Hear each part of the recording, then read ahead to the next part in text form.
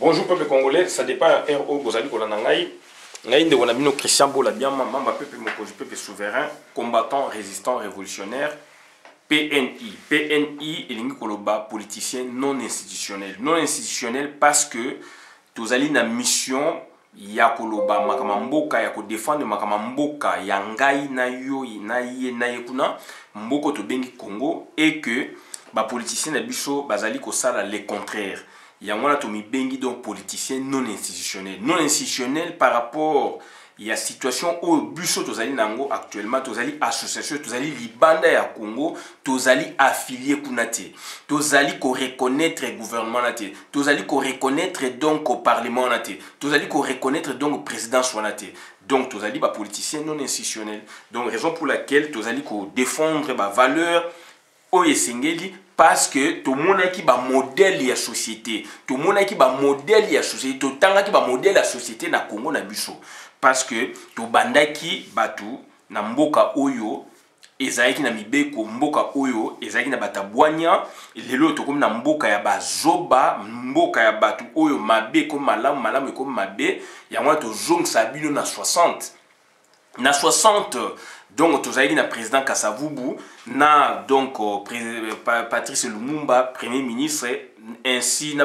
premier ministre qui successivement bien après donc papa Iléo Songo Amba Bomboko puisque Bomboko faisait aussi partie à groupe Wana donc il était devenu premier ministre mais bengaki yango président ya conseil des commissaires généraux au temps ba neutraliser ki Mobutu na Lumumba suite à révocation et contre-révocation donc voilà révocation contre révocation donc il y a Lumumba puisque président Kasavubu a révoqué qui il y a ça contre révocation Mobutu a neutralisé les deux institutions en tant que chef d'état-major général Aju Bokonzi donc Aju Bokonzi mais a exercé à créer ce que le conseil des commissaires généraux Oyo Tolobi donc Bomboko qui équivalent à premier ministre et ba ministre ming ba bengé bango donc ba commissaire généraux ba vice ba bengé bango ba commissaire généraux adjoint donc bandeko nangai donc président Kasavubu a travaillé qui donc on a premier ministre Lumumba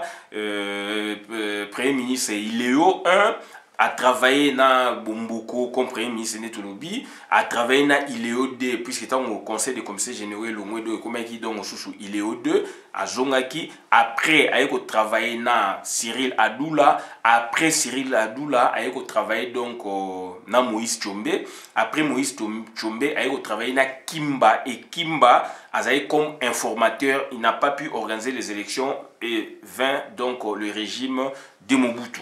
Voilà un peu succinctement donc c'est-à-dire donc le gouvernement les institutions de la Première République appelé donc l'exécutif Kasavubu et donc après tu as Mobutu successivement donc Bomonaki na ba premier ministre ebele donc ezali mboka oyo ezali ya biso il faut que l'obaba institution puisque tout est bien autosali na mona mutu donc Mobutu tanga Aju Bokonzi a travaillé qui na premier ministre donc ya liboso ezali qui général Mulamba compagnon de la révolution a travaillé une année après de 65 jusqu'à 66 après il y a eu un vide donc de 66 jusqu'à 77 premier ministre Azalagite et il y a eu directeur ya cabinet Bisenima na Wema Tata Bisenima na Oaza Leona police yende sikoyo mutu a joaki azali ko sala office ya premier ministre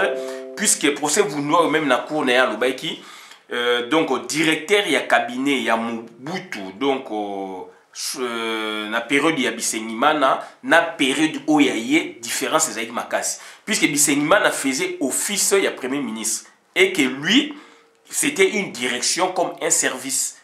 Donc, Bisenima, c'était comme une primature. Durant 10 ans, il n'y avait pas de primature de le Premier ministre. Donc, c'est lui qui faisait en quelque sorte office à Bilokwana. Donc, après, c'était en 77, Mobutu à reprendre comme ça d'État, c'était Pinga Kasenda. Après Pinga Kasenda, ils avaient qui, je pense, Boboli Kolokonga, Singa Uju, Boboli Kolokonga, Singa Uju, Kengwa Dondo. Kengwa Dondo durant 4 ans, donc tout le monde qui Sambwa Pida Bangi a remplacé qui est Après, c'était Mabi Moulumba.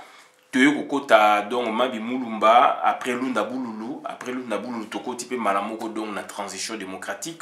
Le 24 avril 90, donc au discours en bout tout dans la Pesaki, le premier ministre c'était Lunda Bouloulou, puisque Lunda Bouloulou est à cheval entre le régime monocratique, donc parti État, MPR, donc, et le régime, il y a transition démocratique. Après, c'était Mouloumalou Koji 1, Mouloumalou Koji 2, et s'en suivront, n'est-ce pas, les premiers ministres issus à Igno Sacré, entre guillemets, opposition. On peut citer donc Ngounz Karlibonde, Mungulu Diaka, Birindwa, donc Tshisekedi précédé Birindwa, précédé aussi Mungulu Diaka. Donc on a ça là, pas de façon chronologique, mais je vous cite le premier ministre Oba Travaina Mobutu. Tshisekedi donc a précédé Mungulu Diaka à Boyaki. Après, donc, Mobutu Mungulu Diaka, Ngounza Karlibonde, nommé Tshisekedi, il a refusé. Après, c'était Birindwa. Après Birindwa, donc, c'est Kengwa Dondo, alors qu'on attendait le retour de Tshisekedi. Après Tshisekedi, après Kengwa Dondo, c'était Tshisekedi nommé et que l'AFD déjà avait fait l'inscription. Il a refusé. Donc, il a donné des places. Donc, il a sorti quand même la liste, il y a poste qui serait, n'est-ce pas, donc occupé par, qui devait être occupé par le membre de l'opposition et que les autres postes, il les avait laissés pour, soi-disant, AFDEL, alors qu'il était complice avec l'AFDEL, donc l'UDPS directoire était déjà dans l'AFDEL, avait donné le feu vert pour que AFDEL rentre au pays sans effusion de sang, entre guillemets, alors que ça produit plus de 12 millions de morts. Donc l'UDPS entend collaborer avec l'UDPS, avec l'AFDEL. Ça, c'est pas moi qui l'ai dit, c'est Paul Kapika qui l'a dit dans une des vidéos faites à une occasion propice pour illustrer un peu l'histoire, remonter les dates par rapport à l'histoire de l'UDPS ou l'histoire des partis politiques au pays. C'est une vidéo de la RTNC. Et après, donc, Tshisekedi avait refusa pour donner place au général Ikoulia. Et ce dernier n'avait fait qu'un mois. Et donc, l'AFDEL rentra au pays pour s'emparer des institutions du pays. C'est là où, donc, c'est-à-dire on a vendu le pays. C'est là où, donc, il y a eu incrustation d'institutions politiques étrangères extraverties, donc rwandaises, burundaises, ougandaises, dans notre pays. Il y a eu une sorte de deuxième greffe étatique extérieure dans notre pays. Et donc, deuxième greffe, ça c'est la deuxième, dans la typologie des greffes étatiques au Congo ou en Afrique. Donc aussi, on doit remonter les dates. La première greffe étatique remonte en 1885. Donc, quand on a partagé l'Afrique, donc les Européens, les Belges sont venus, n'est-ce pas, avec leur système de l'extérieur, c'est ce qu'on dit greffe, pour l'incruster dans nos institutions socio-traditionnelles politiques africaines. Et donc, on en a fait une sauce. Ça, c'est la greffe étatique, conception extérieure venue pour se greffer avec notre conception, pour la dominer, pour la l'assujettir. Deuxièmement, il faut donner les lois qui vont avec leur système de concevoir le pouvoir, alors que nous on a nos coutumes à nous. D'où il y a une greffe, deuxième greffe des droits de cet État venu d'ailleurs. Voilà, ça c'est dans la typologie. Premièrement, c'est ça. Dans la deuxième typologie, maintenant, en 1997, au 17 mai, il y a eu encore greffe étatique. Pour ceux qui ne comprennent pas ou pour ceux qui ne comprennent pas, deuxième greffe étatique d'un État extérieur pour, n'est-ce pas, la supplanter, pour venir, n'est-ce pas, se supplanter, pour venir, n'est-ce pas, se superposer sur l'état existentiel du Congo. Ça, c'est, il y a eu donc deuxième greffe étatique.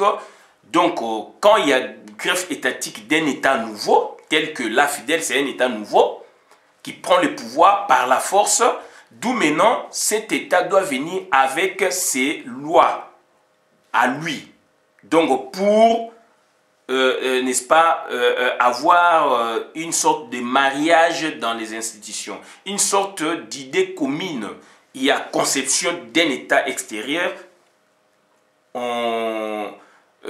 donc on calque cette conception ou cet État donc dans l'État existentiel, c'est que nous on avait comme État, ici, il faut que nous ayons un État où on va concevoir libanda on va bengi accord à l'émirat donc il sika il faut basser là, mais le fait que donc ici deux greffes étatiques affidèles et conception de libanda et bomi sikoyo état oyo ba mindele batikela biso o tozali nango e bomi état wana état libanda ndeye, bien que état oyo yé sikoyo na état na biso eza ba produit toujours ya mindele, mais cette fois là mais des alliés ko na idéologie ya ba tuti power, ça c'est l'expansionnisme et tuti power et wana ça c'est l'état tuti power, état tuti power ba concevoir pe mibeko oyo esengele tambola na mboka mopaya po na mibeko oyo biso bakoyokana te na oyo bango ba esko na accord à l'émirat, sol et sous-sol appartiennent à la fidèle. Il faut bouiller, il faut bouiller, il faut bouiller la fidèle. Donc ça dit tant que vous congolais vous travaillez, ce que vous travaillez pour la fidèle, vous allez piéger, mais qu'est-ce que tu fais après? Puisque quand tu découvres ça, mais qu'est-ce que tu fais après? D'où dans la typologie, n'est-ce pas, des greffes étatiques au Congo, on en a de deux sortes.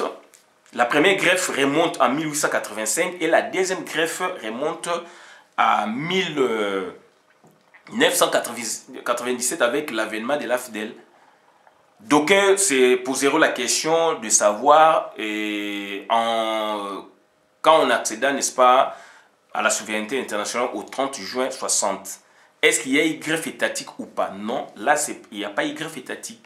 Puisque la question des greffes étatiques a été déjà donc traitée déjà en 1900, à partir de 1909, quand l'État indépendant du Congo était annexé dans la Belgique, donc c'est-à-dire était annexé, n'est-ce pas, dans l'État belge, donc c'est-à-dire pour en faire donc un territoire d'outre-mer. Ce problème déjà a été fini, a été déjà traité de greffe étatique. Donc on n'était plus, donc on ne vivait plus sous la greffe étatique de l'État indépendant du Congo, mais on était maintenant donc un État, c'est-à-dire avec un territoire d'outre-mer, donc le Congo indépendant, enfin le Congo belge. Après maintenant, au 30 juin 60, pour répondre bien à la question, donc là maintenant il y a eu donc il n'y a pas eu greffe étatique, c'est-à-dire on était devenu indépendant. Donc on quittait la colonisation pour donc se gouverner soi-même. Donc c'est un peu ça la différence. Donc aujourd'hui, donc rapidement, situation oyo naba dirigeant congolais toloba entre guillemets, tant aussitôt boyebi que vous avez piégé, boji pe bambongo, qu'est-ce que vous avez fait après?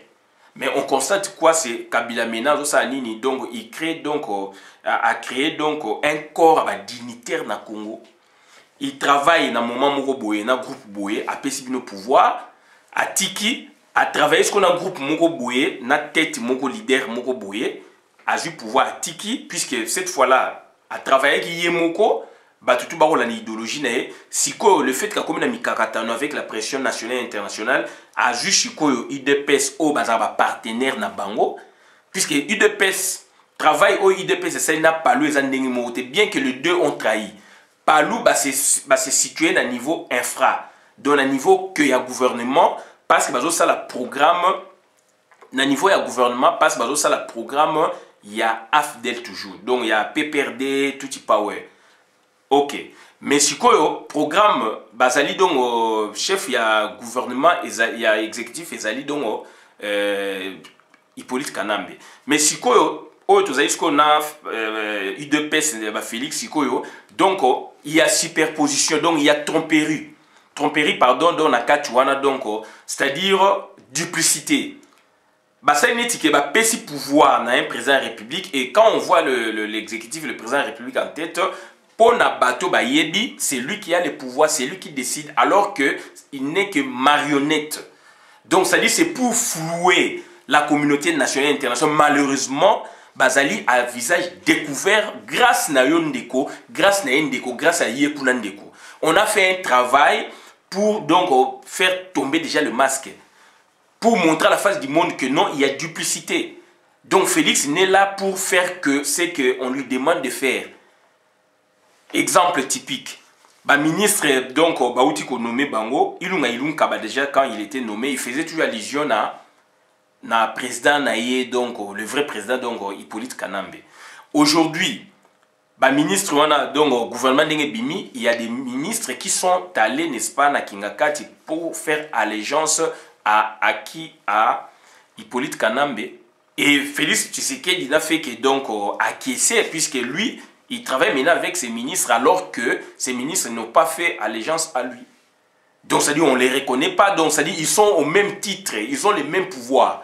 Vis-à-vis de Tutsi Power, ils ont les mêmes pouvoirs. Et vis-à-vis de Tutsi Power, même, il y a une hiérarchisation des pouvoirs des uns et des autres.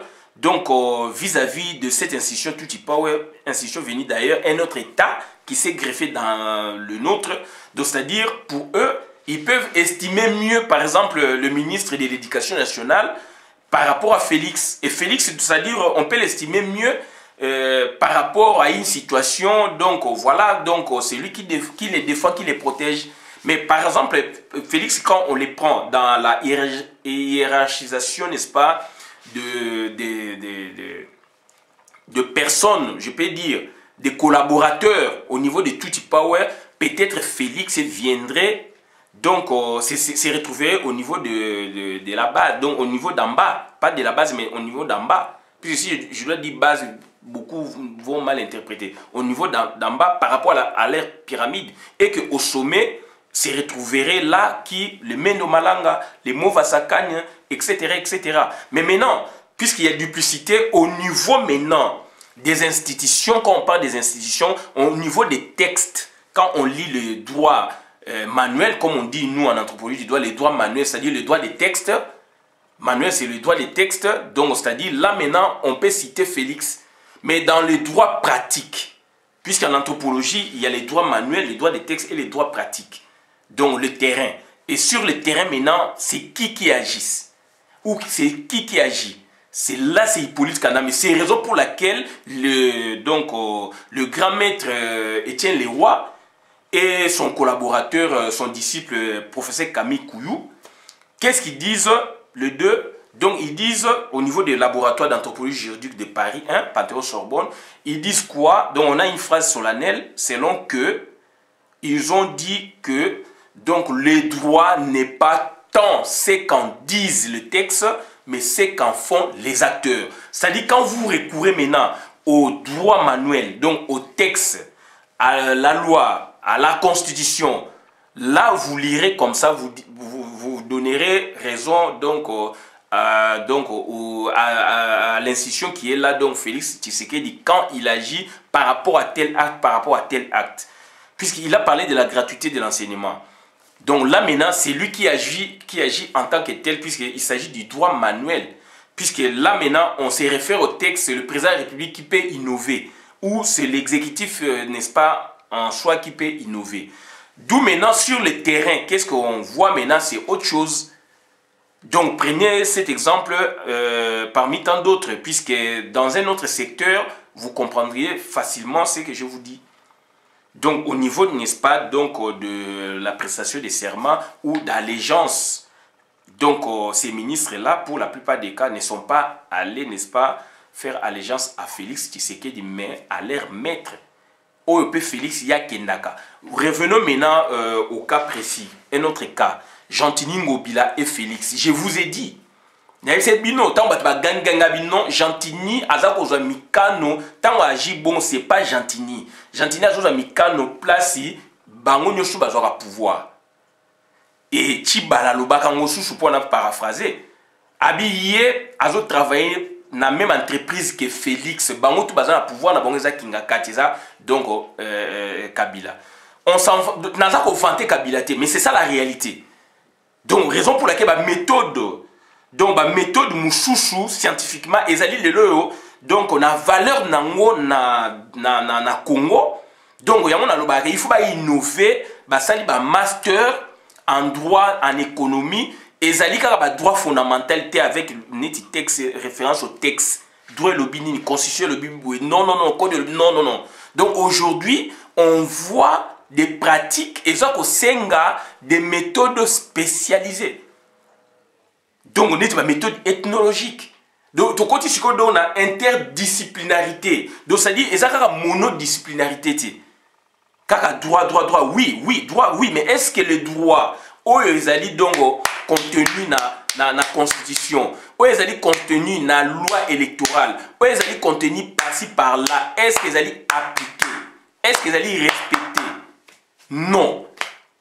Donc bandeko na ngai, raison pour laquelle donc professeur Camille Kouyou, Étienne Leroy, en anthropologie juridique, na Paris un Panthéon Sorbonne, na zo beta c'était puisque donc c'est ça la vérité. Mindele basali yango awa. Mais baza ba mindele ba mi bengi africaniste. Bazo lobaje makambu oyo ya Afrique ndenge salamaka. Et biso mo ba africain. Bo sali ba master. Bo sali ba thèse à doctorat na droit na Congo. Mais il faut qu'il y ait des sciences auxiliaires, il y a droit. On va bien la science connexe. Il faut histoire du droit et quota, anthropologie du droit et fait quota, psychologie du droit et fait quota, sociologie juridique ou du droit et fait quota, droit de l'homme il fait quota, criminologie fait quota, etc. etc. Ce sont des sciences où on peut sa droit vision globale.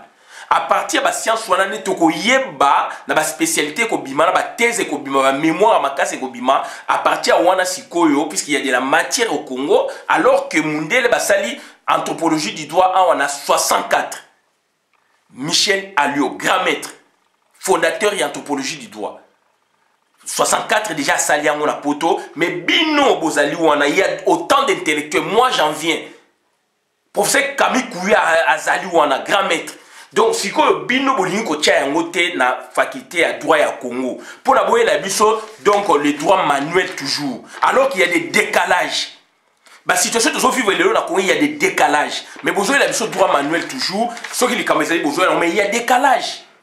Donc, d'où ils ont une méthode moussoussou pour corroborer ma pensée, ma réalité où ils ont le terrain. Et c'est là où petit à petit, biso to ko droit na biso. Donc, grand maître, donc, fondateur Michel Alliot, Mobali a Michel Alliot Marie. Donc, Michel Alliot Marie a été moi si n'est pas assistante naïe, maman bananaïe. Donc, on s'est dit Michel Alliot. Donc, voilà, grand maître, Allo Bayango. Bino, il faut bosser la droit ou yabino. Bosser la masolo ou yabino. Donc, ça dit les Africains doivent donc innover en la matière. Puisqu'il y a eu greffe, n'est expliqué le colo. Donc, et certaines personnes parlent de l'état des droits facilement.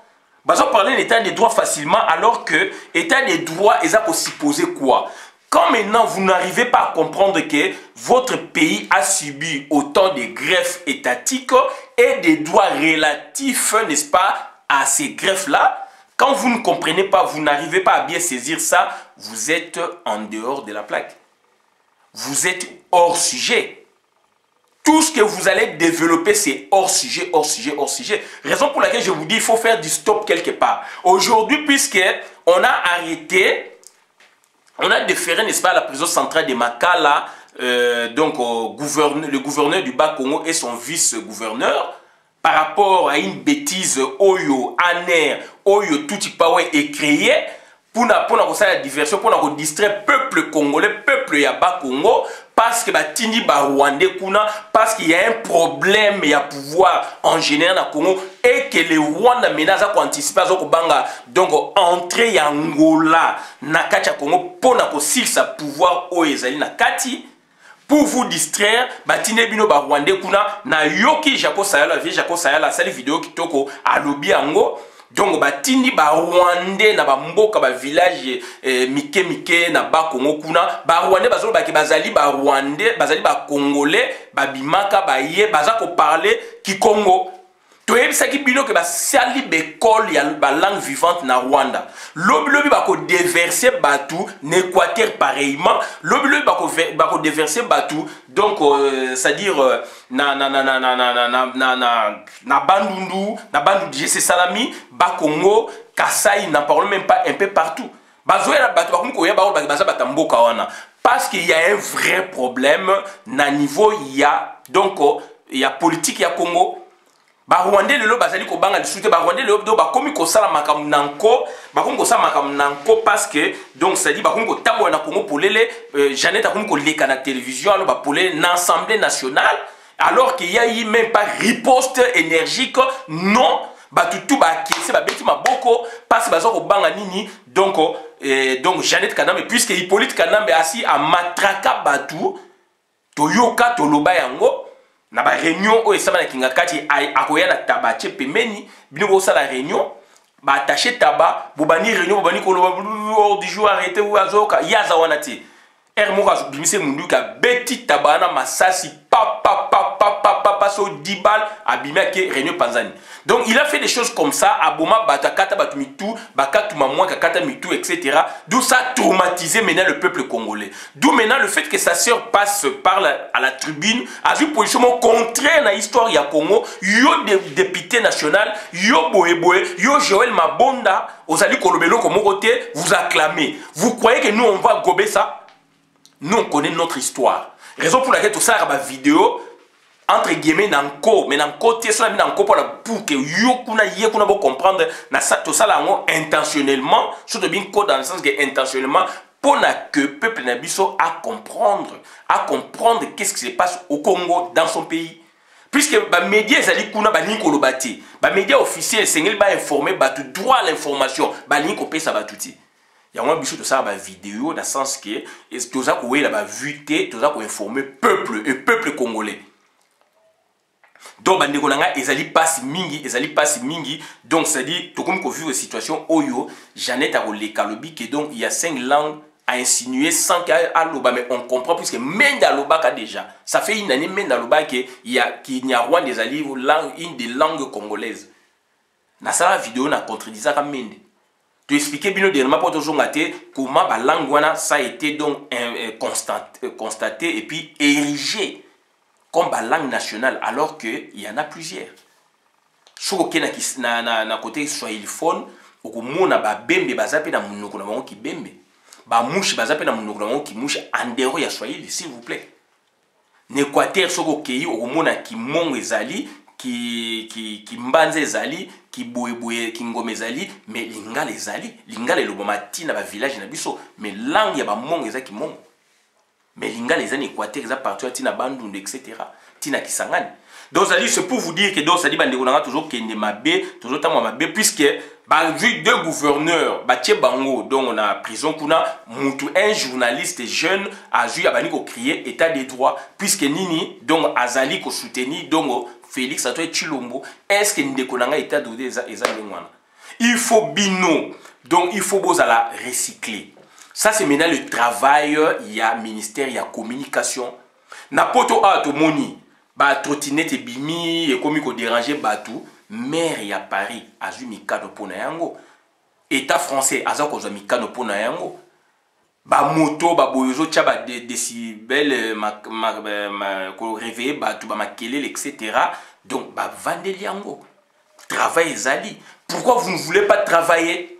Les lois ba ko finga ba noir que to lingi misala te. Pourquoi vous ne voulez pas travailler?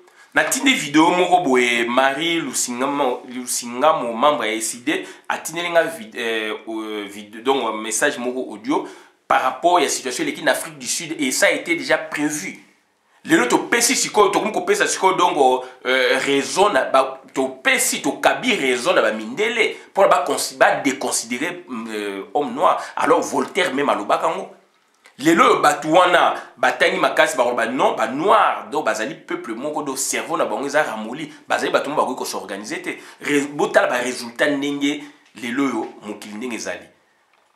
Mundela créé a inventé ma ville. Kinshasa to benga ngo ville. Tous allons dans le village na biso. Mais regardez c'est que Mundela tanga tiki Kinshasa projet ya zalaki nango et s'il na et souki na katikati tant to jui bokonzi na biso on a produit des bidonvilles. Alors que Kinshasa c'est une ville, il faut inventer un concept nouveau où tu peux continuer nango mais biso to yeko baby sa concept Mundela tchaki to yeko tcha concept ya biso to zongi ko le quand même plus que ndenge ezali na village.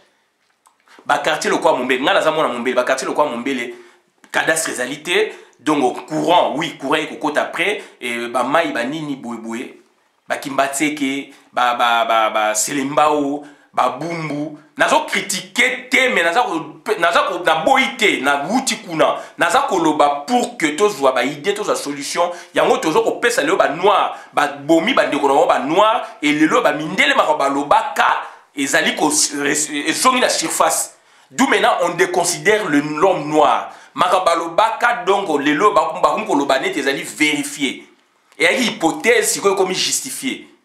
D'un côté, biso mo pe batu mwindu to to zala to za promena biso na biso batu mwindu ba ndeko na biso ya bantiye ba biso to teka bango. Donc ça dit homme noir so ba tike moko donc eko ko simbate. Soit il faut ina muninga, il faut boma muninga, il faut teka muninga etc. To za ba traître par nature ou pas. Na ndimi a moté mais na poser question. Donc dans ba na sens wana ville Kinshasa c'est une ville, Lubumbashi c'est une ville, Mbandaka c'est une ville. Regardez ce que l'homme blanc a fait, c'est une invention moderne. Qu'est-ce que nous avons fait? Nous avons créé des trucs donc impossibles. Et on a vu la cité Morodo, bidonville, ghetto. Alors que c'est un lieu appelé à développer modernement, appelé ville, cité. Contrairement à un village Nabiso. Je préfère encore peut-être dans un village où il y a conception, il y a un traditionnel les alliés. On respecte la nature, on respecte, c'est-à-dire l'eau, la forêt, etc. Donc, cabinet na biso, cabinet de toilette na biso, et ça dit que ça la norme traditionnelle, mais regardez la Kinshasa, comment on habite dans une ville, on a fait des toilettes, etc. To copier na mindele, puis c'est leur invention, mais nous venons avec notre ethos pour en créer des toilettes impossibles de la ville à Kinshasa. Et à travers la République, c'est pareil. Mais pourtant, ces lieux-là sont appelés villes. Ça n'a rien à voir dans le concept, dans la sémantique, ça n'a rien à voir dans le village Nabiso. Et on a dit, je préfère encore rester dans le village où je reçois air moko ya sika, naza ko recevoir mentalité moko boya réflexion mususu, que naza na ville où ezali lieu moko réputé moderne, alors que il y a donc de plus que traditionnel, donc de pire que traditionnel dans la ville. Il y a un tangi ba cité wana etc etc et voilà l'habitude à la force d'habitude à l'inhabituel et là quoi ma beto mon nango malam to message nango donc voilà donc au conjuper ça ma beto ça ko message nango voilà et donc ba kangi deux gouverneurs ba tchekuna un journaliste a koleka pona inventer yango ala kisake Félix donc état des droits Félix il a sali état des droits ba kangi gouverneur alors boy est-ce que tu as un état des droits?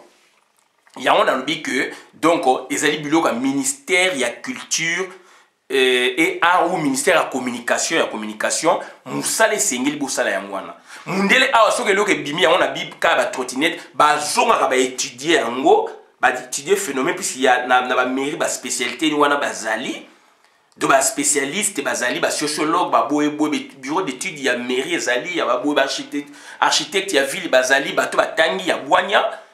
Donc, bah, étudier le phénomène, donc, puisque c'est la science. La ville, c'est une science. La ville, c'est une science. Sauf que, bah, ville, c'est une science. On étudie la ville. Droit à la ville, les alliés. Ville, les alliés, bah, principe nango. Donc, ça dit, ils vont étudier. Donc, il y a un monde, bah, sur les trottinettes, bah, sur biso bilo kwa les alliés. Donc, biso bilo kwa les alliés, mais donc, ça dit, voilà. Puisque Bakangi Moutou, et on crie donc on a état des droits, est-ce que l'état des droits est avanimé? Est-ce que l'état des droits est nini d'abord? État des droits est nini, donc il y a Hans Kelsen, donc juriste autrichien, état des droits, l'état des droits peut se définir comme un système institutionnel dans lequel la puissance publique est soumise aux droits. C'est un état dans lequel les normes juridiques sont hiérarchisées de telle sorte que sa puissance en trouve limitée. Donc, il y a une caractéristique. Pour la état des droits, il faut qu'il y ait le respect de la hiérarchie des normes constituées à la Ralicolo, engagement international, convention zali, après il y a la loi, règlement, décision administrative ou convention personnelle. Tout le monde a ce qu'on a l'égalité des sujets de droit. Si j'ai des droits donc aux personnes physiques, personnes morales, l'État pas comme un sujet des droits mais à personne morale, personne physique ezali ngai na yo. Donc ça dit égalité on a pays fait ça. L'égalité des sujets des droits constitue en effet la deuxième condition de l'existence d'un état de droit. Celui-ci implique que tout individu, toute organisation puisse contester l'application d'une norme juridique dès lors que cette dernière n'est pas conforme à une norme supérieure. Voilà. Donc, et puis, donc, il faut tous avoir indépendance et la justice. Indépendance et la justice, donc, voilà, on voit quoi? Séparation des pouvoirs. Donc, séparation des pouvoirs, il faut un pouvoir exécutif, pouvoir législatif, puis pouvoir judiciaire. Et ça autonome. N'est au moins aux États-Unis. Donc, séparation des pouvoirs. Et puis, dans la séparation des pouvoirs, on parle de la justice indépendante. Alors que, pas la justice indépendante, c'est ça. Donc, il faut contrôle des constitutionnalités. De cours constitutionnel. Est-ce que le cours constitutionnel a besoin de cours moi juge salaki. Alors na kam moko simple ba pesi bango élection présidentielle pour la bango ezali élection présidentielle ba chef coutumier na bango. Donc voilà, donc ba futi bango pe mbongo na l'état oyo uti libanda. Donc Rwandais ba nini baza ko nommer bango ba chef na bango ba nommer bango ba pesi bango mbongo et puis d'un côté baza ko se retrouver devant neti ba chef coutumier ba village na bango puisque ba candidat à l'élection présidentielle pour ba satisfaire pe bango. Voilà mentalité tout ça na ngondando tout ça musika na état de droit bande ko na ngai. D'où maintenant donc juridiction wana ya cour constitutionnelle doivent être en mesure de confronter les différentes normes afin de juger leur légalité. Makambe baby, cour constitutionnelle, il fallait pas recourir à la loi électorale. Article 57, il faut pas ça la comptage. Il faut pas ça recomptage, c'est tout. États-Unis, beaucoup comparer élection baby na Congo na États-Unis, États-Unis ils ont fait le recomptage. Donc ça dit cour constitutionnelle, il faut être confronté à la loi nyonso et sengeli pour na ba juger, ba traiter problème on a pour ici là. Donc voilà caractéristique où ezali. Il faut voir est-ce que régime est démocratique ou régime nini. Bah quand si bino Congo République démocratique du Congo état démocratique mais ça démocratique. Donc et là quoi c'est très important puisque les droits maintenant est commis instrument et à travail dans état des droits. Est-ce que Félix Tshisekedi Bangama Salawane est-ce que Azali ko utiliser droit comme instrument de travail au moment où lui-même il est impliqué dans le vol il y a 115 millions de dollars. Le dernier public, il est le président de la République protocolaire, au Yozo Baga, côté cet état des droits, lui-même il est impliqué dans la malversation financière, dans le vol. 15 millions de dollars. Rwandais, on a pu Moussoussou, Azu, Okuna Azu, 15 millions de dollars. Est-ce que vous imaginez ça? Et vous parlez de l'état des droits. Est-ce que l'état des droits, est-ce qu'il faut un président de la République à Kenekosa, Basot, Mouton, à Sali par-ci par-là? Et rien que dans la capitale, c'est ça l'état des droits. Ndeko, il faut la recycler. C'est là où maintenant la différence entre Bissona et Mindele. Mindele est science. Pour la colonisation et Simba, il science. Créer une science coloniale. On doit créer des sciences. Puisqu'on est scientifique, on a étudié, il faut avoir ces culots. Donc il faut avoir cette volonté d'innover. On doit créer des sciences. Mundele a créé des sciences coloniales. Pour la colonisation, il faut que les gens indigènes, Mundele a dontaki bango puisque atangaki bango ayekoli bango ba sociologue baye, ba anthropologue baye, ba juriste baye, ba géographe baye, ba spécialité na baye, ba tangi batu, ba tangi terrain wana ya batu place bazali, baye baki siko ndenge nini ko vandisa donc domination na bango. Donc yozo ganga état de droit puisque ba kangi batu mi balé na régime oyo. C'est pas un régime démocratique. Mobutu na dictature. N'est-ce pas Mobutu a kanisaki Denis Iloson? Est-ce que ndeko yo yebi histoire wana, yo yebi Denis Iloson? Denis Iloson fut compagnon de la révolution au même titre que Mobutu batwazaki pouvoir. Na 70-71 ba akangi agipe secrétaire particulier na ye. Akangi Denis Iloson, un dignitaire de son régime. L'homme avec lequel donc ba jouit pouvoir. Mobutu akangi sakiye. Est-ce que zaki état de droit? Mungulu Diaka, proche à Mobutu na Lumumba, bangoto bauti na MLC, donc mouvement national congolais, donc MNC Lumumba. Mungulu Diaka. Mobutu a suspendaka, Mobutu présent, bien que tu commences la période de transition, Mungulu Diaka gouverneur à Ville à Kinshasa, ministre d'État, Mungulu Diaka ya Mungulu a été suspendu. Est-ce que yon de koye bien? Mouta remplacé qui est donc directeur urbain Mujinga. Avant de pemeni ya Kabinda dona sima ya Kiltrana dans le commis donc stade Kamanyola pemeni ya Mujinga. Il était directeur urbain ou vice-gouverneur, directeur urbain, vice-gouverneur ou directeur urbain, promouvoir hier à comment qui gouverneur ya ville à Kinshasa. Munguludia ka pouvoir na ye et kimi ba suspendre mais homme puissant pendant la transition. Yonde koye bien. Ti Munguludia ka pouvoir de sila kindengwana mais proche na Mobutu. Yonde koye bien. Ozali ko ça la journalisme citoyen. Ozali ko ça la journalisme citoyen mais ndeko il faut apprendre. Il faut apprendre. Ce qu'on nous dit, bakangi gouverneur mi balé kuna état de droit pour nous comme ça Nekonao Félix par exemple ou Ami Nao Félix par exemple ou Boé connaissance nayo ou Muto yo CP Nao Félix par exemple. Mais il faut qu'il y ait une source. Source c'est le ministère intérieur. Si on a un ministère intérieur même si on checker na internet au rosabe élément. Il faut s'ouvrir sur un abatou. Élément anglo boité puis c'est boité. Il faut tout na juriste état de droit zanini ba koyeb sayo. Okoleka bolo ba ke état de droit plus ba kangi deux personnes. Mobutu akangaka Denis Iloson. Compagnon de la révolution, secrétaire particulier ya yé président Mobutu. Denis Iloson fut capitaine. Ba sali coup d'état ensemble.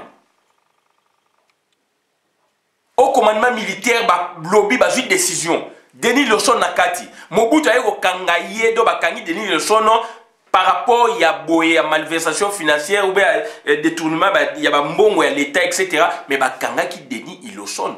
Très fort. Très puissant. Compagnon de la révolution. Dignitaire et régime. Mobutu Kanga qui est, il est de l'Équateur. Denis Iloson. Il est de la tribu Mongo, Denis Iloson. Il est de Monkoto, Denis Iloson. Mobutu Kangakaye. Mobutu Talaki teke, Denis Iloson a zali Équateur, nga naza Équateur. Azape compagnie de la réforme, Mobutu Talaki Équateur. Akangiye puisque Salamaki na makamdenge ba jijakiye. Condamné à mort. Ba yeko bimisaye na ba 85. Plus de 10 ans en prison. Na régime autobengaki ya dictature. Ça n'a rien à voir avec les IDPS relégué par-ci par-là. Ça, c'est autre chose. Là, on parle d'un dignitaire et un régime, du pouvoir dans Mobutu, on n'y a pas équatorien, ça fait plus de 10 ans. Bimisi, 85-86, na grade ya capitaine, alors, ninga na commis, compagnon de la révolution, commis donc, militaire, presque, tout militaire, commis, généraux. 2 étoiles, 3 étoiles, yé a zongi, matissier grade major. Na régime na bandenge silaki major. Mais ce que zalaki a bénéficié na bagana comme appelé général 2 étoiles, 3 étoiles. Donc Mobutu na MPR parti était au fingaki. Mungulu Diaka, bien sûr, tu vois, MPR, mais Mobutu était encore là. Donc, comment MPR fait privé, Mobutu était là. Mungulu Diaka a été suspendu. Na peso wa kaya ya Denis Iloson avant 90 ba kaya belé na boina tanga o Mobutu kangisa ba pirier na bona tanga o UBP na yebité mais na tangelo Denis Iloson puisque na yebi likamuna za koloba puisque na yebi likamuna za koloba yo ba tie de gouverneur ba tie bango kuna o gang état de droit za rande ngwa état de droit ezali faux autant notre définition nango caractéristique, donc il faut respect, il y a hiérarchie des normes, tout n'a géré ça expliqué, on a expliqué moi mouké, il faut que égalité des sujets des droits et le binini, tout n'a géré c'est mieux ça va expliquer indépendance de la justice et le binini. Tshisekedi Félix, comme le Tshisekedi dit, à qui a sali ma belé quelque part pour gang état des droits. À ça la état des droits, ça ben tout n'a idée un slogan, c'est pas ça l'état des droits. Il faut avoir un régime nini, régime mango ils appellent ko refléter ma comme état de droit. Ya on a sengi donc on a ministère, na zoko jonge lokwana, donc ministre et donc il y a communication, bande ko bazu misala puisque ba ça journalisme citoyen, il faut bo tela bango, bo tala kawana. il faut payer sa bango recyclage, il faut payer sa bango carte professionnelle. Ça dit sur la carte professionnelle dans le sens que bazali donc ba auto-entrepreneur puisque bazali on a Google foot à bango. Bazali ba auto-entrepreneur. Google les autres foot à par rapport à la publicité Google les autres tiennent ba vidéo. Donc bazali wana so ba moni vidéo e bandi pa et carte publicité donc mutu wana azali na carte ya système ya Google. Donc la fin du mois azozo mois pécule. Donc batu wana c'est du travail. Il faut ministère ya communication après ça batouana au bazakuna na bapoto bazakuna na Congo donc carte professionnelle bazali libre na makamba au sala oui mais carte professionnelle ou recyclage et puis bazala donc balanda moi formation moi mukie puisque bazali en face na batu bazali ba communicateur ya minene lelo yo puisque makamu ya l'état mingi baza ko bomba bango ba opesa la vérité mais balo bango na ndenga sentimenté il faut qu'il y ait des formations ana poto to ko mona yango na ba service belé même ménage lelo za na formation na ménage na poto ba sécurité de ménage carte professionnelle zali pour ça métier il y a sécurité na poto na boy il faut za na carte professionnelle ba ido ezali eza identification faut ba yeba batu wana baza banani et puis il faut ba yeba histoire un peu ya Congo puisque il y a des sujets oyo lelo boko bimsa bo état de droit puisque Félix a ba brique boye a boye ba zu de batu ba kangi ba on kuna état de droit est-ce que Félix tolba yé tout ce bénéfice yem du puisque il y a ça présent protocolaire est-ce que Félix mdatindi bango na boloko vraiment ou be outi kingakati il faut que la terrain zandengeni. Alors, c'est que vous oubliez aussi, Batou, il y a Bakongo, Batambola qui va boy Batouana. Donc, c'est-à-dire, quelque part, donc, la population, il y a Bakongo, Basiliki. Boy Batou, il faut Bakongo, il faut Bakende. Et aujourd'hui, Bandimi Batou, Bakende, parce que, et l'eau que Monani Boye, na montage, Rwanda, Baselibino, mais, Batou, Batambola qui n'a Tanganyika pour na jouer à Kende, Baboy Bakende. Wana yana ka mususu me ba boyi puisque ba yi azwa ki te gagner ki te et puis azali étranger ba tamboli me ba bomi batu mais na ba Congo ba accepter pour vous dire que donc il y a eu travail ba tie na ba Congo pour puisque zali proche na Angola ba zali ko banga que à tout moment Angola peut intervenir pour na ko émietter pouvoir na bango donc Kagame tindi ba soda kuna donc Jaco Sayal la Bible donc même il y a des Rwandais qui se disent congolais à bas Congo bakekuna bakum ko pesa ba histoire lokuta puisque bazali na ba identification nationale bakenda donc papa ngwana lobango donc c'est-à-dire tant ba yaki ba visa qui donc direction wana ezala na Gombe tozo kene wana bibliothèque mo ezala kana donc bazwa ki ba élément na nyos ba kena na Rwanda ils ont travaillé yango permettre ba ça des codes de langue tant ba yebisi bino ba c'est des codes de langue déjà baton ba déjà formé ba yiba ki Congo ba c'est déjà ba 5 ans 10 ans ba tine ba on peut ba Congo ba ni ba ça ba recyclage na yebisa bino pour na ba maîtriser terrain siko ba ko tina ba village. Donc ça dit Sengeli soko ngolo ba source ezali ministère intérieur il faut que tanga koloba aka oyo est-ce que ezali donc kamoko ya ezali ka vraiment donc to benga état de droit sikoyo est-ce que ba tie ba gouverneur wana leo na boloko est-ce que na liboso ba dignitaire ou ba gouverneur na Congo ba tiaka bango te na yebi ba gouverneur musu ba na prison makala mais na yebi ba na prison makala. Donc, maintenant, Denis Lawson, na régime à Mobutu. Donc, na régime à Mobutu, bien que dictature, mais bakanga qui peut conduire à l'État. Il y a minene. Oh, moussonga na ebité, mais moussonga na ebi, bon, na tangue mnoga Denis Lawson, na ebi filo mongolu diaka. Donc, ça dit, tant vous allez journaliste, vous avez koloba, yango na zo senga, il faut pas réglementer yango, internet na Congo, il faut pas réglementer. Bon, nous parler de la musique, mais bon, maîtriser la musique. Pour la musique, bon, on a que musique, ils allaient ba wera, ba jibé, ba on ba celle musique congolaise, non. Musique congolaise wuti wapi et bandi wapi et banani basali musique congolaise o lelo yo et pesi batubisa là. Voilà, il y a des générations. Yo ozali chroniqueur, ozo sa makama musique, mais yo o mona musique et bandi na were, bandi na jibé, bandi na mususu fali poupa mais non. Non. Wera so na va ba na musique à s'inspirer na nani. Jiba va ba na musique à s'inspirer na nani. Ok, les colos, des fois, la musique va s'inspirer. Des fois, on a clair, côté là, ça clair, on va ramener pour les. Bah, monsieur, monsieur, bah, Nicolas, bah, oh, est-ce que la génération, bah, il faut le combattre, balita bembo, papa, bah, qu'est-ce qu'ils ont fait? s'inspirer qui peut la battre à liboso mais bango ba innover génération on a innové tout bien en génération zaiko ba manoa kuwaku ils ont innové dans la musique. Gita bembo papa wemba evoloko manoa kuwaku ba question ba yepe ko zo esprit wana na sima sima ils ont innové dans notre musique.